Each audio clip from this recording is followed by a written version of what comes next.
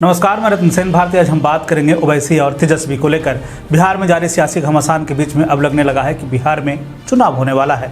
नेताओं के बयान के बाद अब यह साफ प्रतीत होने लगा है कि बिहार में चुनाव जैसे माहौल बन रहे हैं। इन सब के बीच में एक बात है जो सभी लोगों के मन में भी है कि ओवैसी के बिहार में आने से महागठबंधन को नुकसान हो सकता है। यह बात लगभग लोग मान रहे हैं, लेकिन ओवैसी ने जिस तरह से अपना पैर पसारना शुरू कर दिया है उससे महागठबंधन के लगभग साथियों को परेशानी होने लगी है। पिछले दिनों ओवैसी की पार्टी की तरफ से जारी बयान में उन्होंने कहा कि लोकसभा चुनाव 2024 को लेकर पार्टी बिहार में सक्रिय है और पार्टी बिहार में सीमांचल को छोड़कर प्रदेश के अन्य जिलों में अपना पैर पसारना चाह रही है। अगर हम बिहार के अन्य जिलों की बात कर लें तो मुंगेर, भागलपुर, कटिहार, बेगूसराय और चंपारण में ओवैसी की पार्टी अपना पांव पसारना चाहती है या फिर कहें कि वो अपना विस्तार करना चाहती है। बता दें कि इसको लेकर नेताओं ने अपनी तैयारी शुरू कर दी है। अगर हम लोकसभा चुनाव 2019 को देखें तो बिहार में 40 सीटों में से 39 सीटों पर एनडीए का कब्जा हुआ था, लेकिन बाद के समय में जदयू ने एनडीए से अपना नाता तोड़ दिया, जिसके बाद बीजेपी के सामने लोकसभा चुनाव की तैयारियों को लेकर एक परेशानी बढ़ गई है। अब जब जदयू महागठबंधन का हिस्सा बन गई है तो ऐसे में अब महागठबंधन अपने हिसाब से लोकसभा चुनाव की तैयारी करेगी। बता दें कि महागठबंधन में 7 राजनीतिक पार्टियां हैं जो कि साझेदार है, लेकिन इन सबको अकेले ओवैसी की पार्टी परेशानी में डालने वाली है।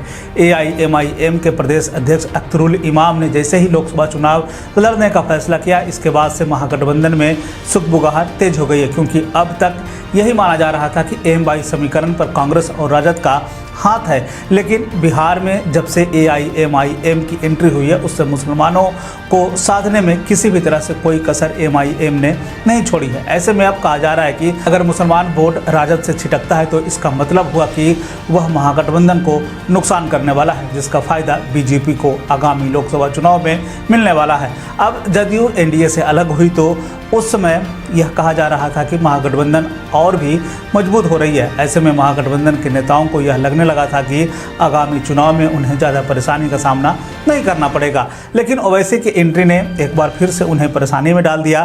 दरअसल 2020 के विधानसभा चुनाव में ओवैसी की पार्टी 5 सीटों पर चुनाव जीतने में कामयाब हो गई थी, लेकिन बाद के समय में उनके 4 विधायक राजद के साथ चले गए, जिसका नतीजा हुआ कि राजद सबसे बड़ी पार्टी बन गई।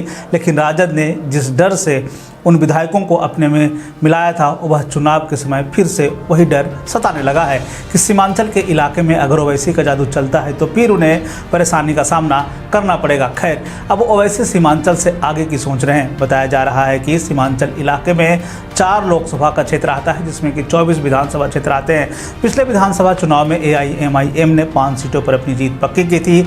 अगर हम पिछले कुछ महीनों में बिहार में विधानसभा के उपचुनाव की स्थिति को देखें तो गोपालगंज और कोरनी 2 विधानसभा उपचुनाव में AIMIM का प्रदर्शन ठीक रहा है, जिसका नतीजा यह रहा कि इन सीटों पर बीजेपी का दबदबा देखने को मिला। बता दें कि AIMIM मुंगेर, भागलपुर, कटिहार, बेगूसराय, गया और पूर्वी चंपारण, पश्चिमी चंपारण में अपना पांव पसारना चाहती है। साथ ही साथ ओवैसी की पार्टी यह भी मान रही है कि किसी भी धर्म समुदाय के लोगों को वह चुनाव मैदान में उतारेगी। हालांकि कितने सीटों पर चुनाव लड़ना चाहती है यह अभी उन्होंने कंफर्म नहीं किया है। यही वह फैक्टर है जिससे यह कहा जा रहा है कि आने वाले दिनों में महागठबंधन को परेशानी बढ़ सकती है। ऐसे में अब एक नए समीकरण के साथ महागठबंधन को चुनाव मैदान में आना होगा ताकि वह AIMIM और बीजेपी को मात दे सके। तो ऐसे में AIMIM के बिहार में एंट्री के बाद से महागठबंधन में परेशानी की जो एक लकीर है वो खींचती दिख रही है।